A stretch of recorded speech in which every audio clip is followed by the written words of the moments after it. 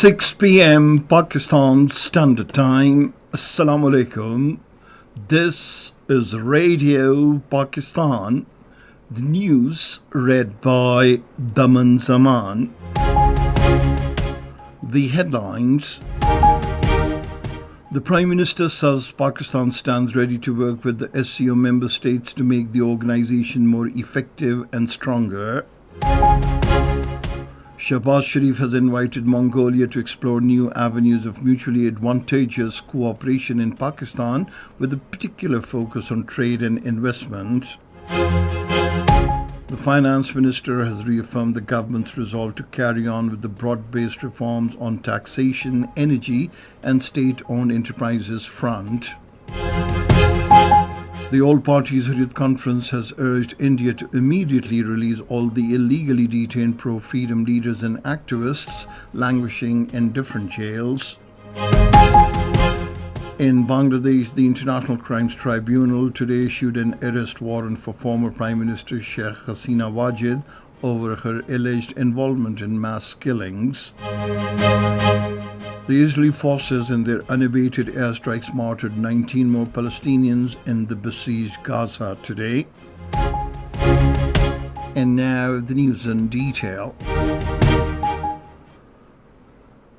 The Secretary General of the Shanghai Cooperation Organization, Jiang Min, called on the Prime Minister Mohammad Shahbaz Sharif in Islamabad today.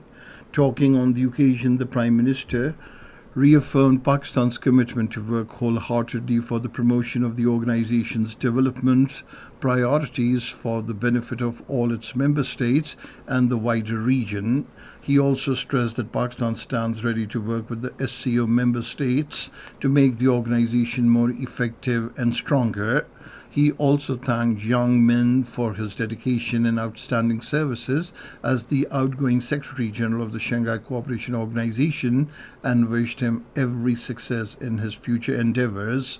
Jiang Min warmly felicitated the Prime Minister on the successful organization of the SCO Council of Heads of Government meeting and its positive outcome. He appreciated Pakistan's constructive contributions to Shanghai Cooperation Organization's work and expressed satisfaction over Pakistan's leadership role as Shanghai Cooperation Organization Council of Heads and Government Chair. The Prime Minister Mohammad Shahbaz Sharif has invited Mongolia to explore new avenues of mutually advantageous cooperation in Pakistan with a particular focus on trade and investment. He was talking to the Prime Minister of Mongolia, Oyun Erdene Lufsan Namsarai, on the margins of the SCO Council of Heads of Government meeting in Islamabad. The Prime Minister warmly welcomed his counterpart and noted that his visit marked a new chapter in the history of bilateral relations. The Prime Minister proposed to declare 2025 as the year of Pakistan-Mongolia Friendship Year for bolstering the brotherly ties among the two countries. The Mongolian Prime Minister on the occasion felicitated Shahbaz Sharif on the successful conduct of the SCO Council of Heads of Government meeting. The Senate today passed a resolution congratulating the government for successfully holding the SCO Council of Heads of Government meeting in Islamabad. The resolution was moved by Senator Sherry Rahman. The resolution expressed the confidence that the progress made at the event will go a long way in Pakistan's growing geo-economic profile and role in enhanced regional connectivity, investment, infrastructure, climate and security goals. The Minister for Finance and Revenue, Mohammad Aurangzeb, has reiterated the government's resolve to carry on with broad-based reforms on taxation, energy and state-owned enterprises front. He was talking to the American Ambassador Donald Bloom, who called on him in Islamabad today. During the meeting, they discussed matters of mutual interest and bilateral cooperation. The Finance Minister said the government is committed to raising the country's tax to gross domestic product ratio to 13.5% by plugging the leakages and bringing untaxed sectors into the net. He highlighted the serious challenges of climate change and child stunting, which threaten to perpetuate inequalities and disrupt the pace of economic growth in Pakistan over the medium to long term.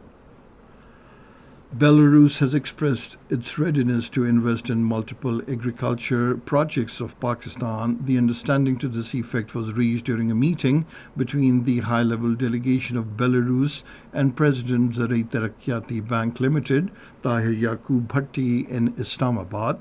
During the meeting, the President ZTBL shared the bank's recent disbursement of 33 billion rupees of agri-loans to small and subsistence farmers under the Prime Minister Kisan package.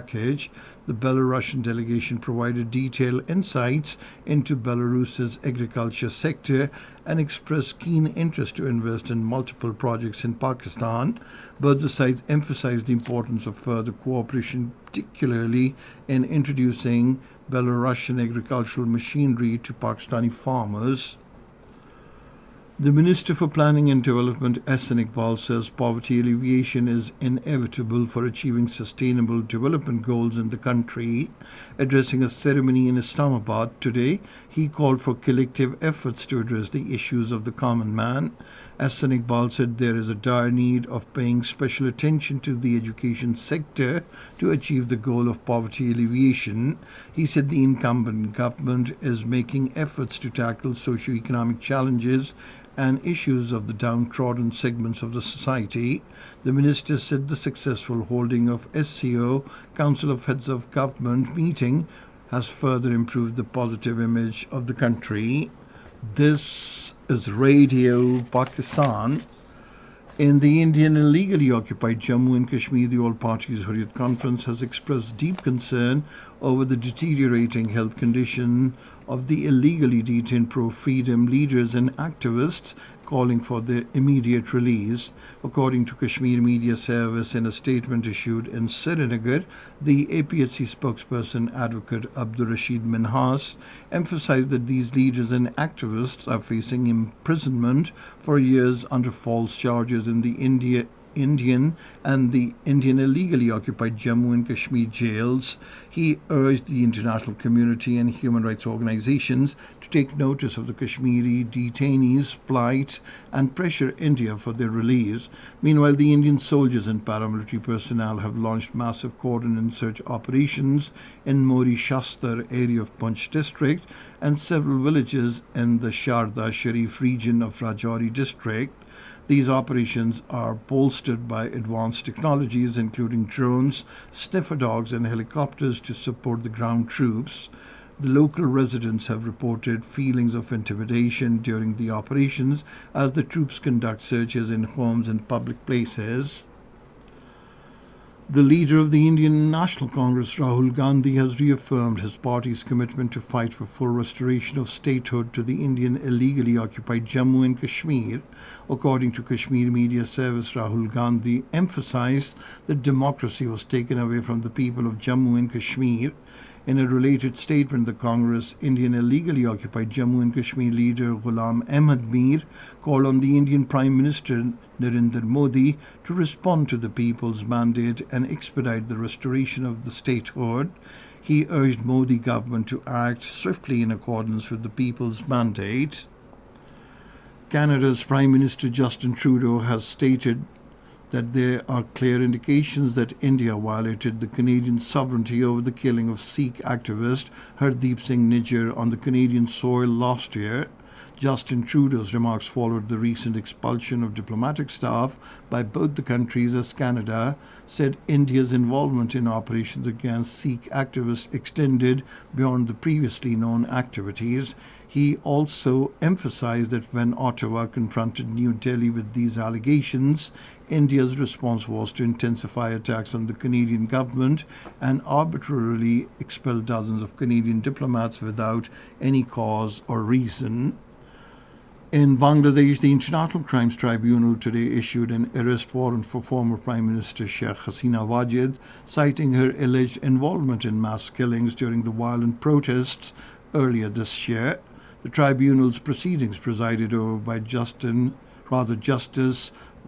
Murtaza Majumdar, saw prosecutors request arrest warrants for 50 individuals, including Hasina.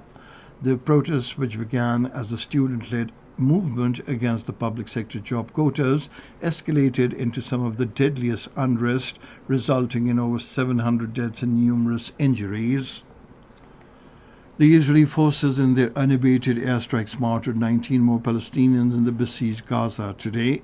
The Israeli forces have also sent tanks into Jabalia refugee camp in the north, where Palestinians and the United Nations officials expressed alarm over shortages of food and medicines. Staff at hospitals in Gaza say food is running out as Israel's siege of Jabalia continues for a 13th day. The martyrdom toll of Palestinians in the Israeli aggression on Gaza since October 7 last year has now risen to over 42,400. And now cricket. On the third day of the second cricket test against Pakistan in Multan, England in the second innings chasing the victory target of 297 runs with 36 for 2 at stumps today.